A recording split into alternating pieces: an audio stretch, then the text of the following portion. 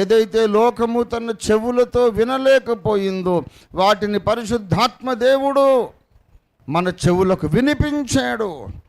ఏదైతే లోకము తన హృదయముతో అర్థం చేసుకోలేకపోయిందో దానిని పరిశుద్ధాత్మ దేవుడు మన బలహీన హృదయాలకు అర్థమగునట్లు చేశాడు. దేవుడు తన ఆత్మ వలన ఈ అద్భుతం చేశాడు. ప్రియులారా, అలా దేవుడు మన కన్నులకు విశేషమైన సంగతులు చూపించాలంటే, ఎవరికి వినబడని సంగతులు మన చెవులకు ఆయన వినబడజేయాలంటే, అద్భుతమైనటువంటి అగోచరమైన విషయాలను మన హృదయాలకు ఆయన గోచరం చెయ్యాలంటే మనం ఒక పని చెయ్యాలి. ఇది ఇవాల్టి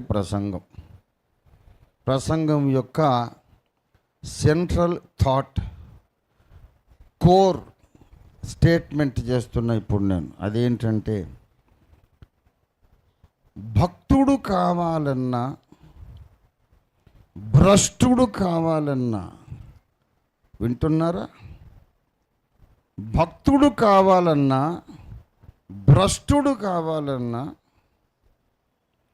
సెలెక్టివ్ బ్లైండ్నెస్, సెలెక్టివ్ డెఫ్నెస్ అనేది తప్పనిసరిగా వాళ్ళలో ఉంటుంది.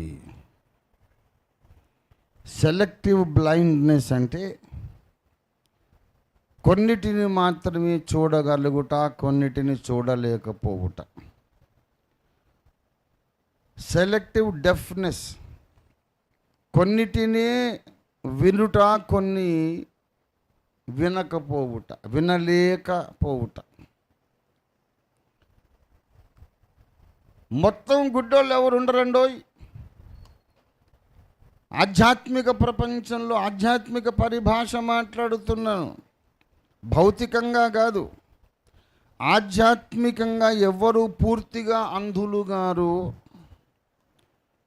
ఎవ్వరూ పూర్తిగా ఆధ్యాత్మికంగా బధిరులు కారు, ఎవ్వరు car. But they make a selection, a choice. They make a choice. ఇవైతే నేను వింటా, మిగతావి నాకు నచ్చలేదు కనుక వినకుండా ఉంటా. ఇవైతే నేను చూస్తా, మిగతావి నాకు నచ్చడం లేదు కనుక నేను చూడకుండా ఉంటాను. ఇది స్వచ్ఛంద అంధత్వము, సెలెక్టివ్ వాలంటరీ బ్లైండ్నెస్. స్వచ్ఛందంగా అంటే ఎవరి బలవంతము లేకుండా సొంత ఇష్ట ప్రకారం వీడు గుడ్డోడైపోతాడు కొన్ని విషయాలకు. ఎవరి బలవంతము లేకుండా సొంత ఇష్ట ప్రకారం కొన్ని విషయాలకు చెవిటోడైపోతాడు. అయితే ఏ విషయాలకు నీవు గుడ్డి కాదలుచుకున్నావో, ఏ విషయాలకు నువ్వు చెవిటి కాదలుచుకున్నావో దాని మీద ఆధారపడి నీవు పరలోకానికి వెళతావో లేక నరకానికి వెళ్తావో నిర్ణయించబడుతుంది. ఏ విషయాలను చూడగోరుతున్నావో, ఏది చూడొద్దనుకుంటున్నావో, ఏది వినాలనుకుంటున్నావో, ఏది వినొద్దనుకుంటున్నావో దాని మీద ఆధారపడి నువ్వు భక్తుడివి కావడమో లేక భ్రష్టుడివి కావడమో నిర్ణయించబడుతుంది. నువ్వే కావాలంటే పరమ భక్తుడివి కావచ్చు, కావాలంటే కొన్నిటిని చూడడం మానుకోవాలి, కొన్నిటిని వినడం మానుకోవాలి. కొన్నిటిని వినడం చూడడం నువ్వు మానుకుంటానని నిర్ణయిస్తే నువ్వు భక్తుడు అయిపోతావు.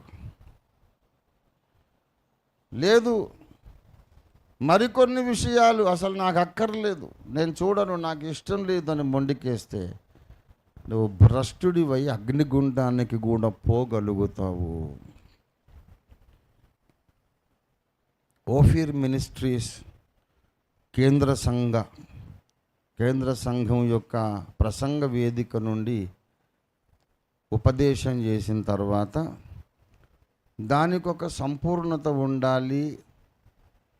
అల్టిమేట్ అప్లికేషన్ అండ్ రెవల్యూషన్ ఉండాలి. ఇక్కడ ఏదో ఒకటి మాట్లాడేసిన తర్వాత మరి ఇట్లా కాదు అట్లా ఉంది కదా అని ఇంకొకటి అడిగేది చిరాకు. అది నాకు ఇష్టం లేదు. దాని కొరకు మనం సంఘం పెట్టనక్కరే లేదు. దానికి ఏ సంఘమైనా సరిపోతుంది. ఇక్కడ మాట్లాడిన తర్వాత మళ్ళీ ఎదురు మాట్లాడే అవకాశం ఉండొద్దు. అలాగైతే నేను ఇక్కడ చెప్పాలి. అందుకే చెప్తున్నా, భక్తుడు కొన్నిటిని చూడొద్దు, కొన్నిటిని వినొద్దు అంటున్నా కదా. అంతవరకే చెప్పి పంపించాను అనుకోండి. వచ్చే ఆదివారం మీరు వస్తారు, అయ్యగారు మరి భక్తిహీనులు కూడా కొన్నిటిని చూడట్లేదు, వినట్లేదు కదా అంటారు. అందుకే ఈ ప్రసంగం విన్న తర్వాత మీకు ఏ ప్రశ్నలు వస్తాయో వాటికి ఇప్పుడు ముందే ఇక్కడ నేను సమాధానం చెప్తున్నా. No more questions. This is ultimate message of the holy spirit. భక్తులైన, భ్రష్టులైన, పరలోక సంబంధులైన, నరకానికి వెళ్ళే వాళ్ళైనా అందరూ కామన్గా చేసే పని ఒకటి ఉంటుంది. స్వచ్ఛందంగా కొన్ని విషయాలలో చూడలేని వారు, వినలేని వారు వీళ్ళవుతారు, వాళ్ళవుతారు. అయితే కీలకమైన విషయం, దేనిని చూచుట నాకు మంచిది, దేనిని వినుట నాకు క్షేమము, దేనిని వినకపోతే నాకు మంచిది, దేన్ని చూడకపోతే నాకు క్షేమము అనే విచక్షణ నీవు సరిగ్గా ఉపయోగిస్తే నీవు ధన్యుడివి, నీవు ధన్యురాలివి. కరెక్ట్గా నువ్వు పరలోక మార్గంలో, పరలోక పట్టణంలోకి వెళ్ళిపోతావు. దేవుని స్తోత్రం కలుగునుగాక. హల్లెలూయా. ఇప్పుడు నేను వివరిస్తా దీన్ని. ప్రియులారా,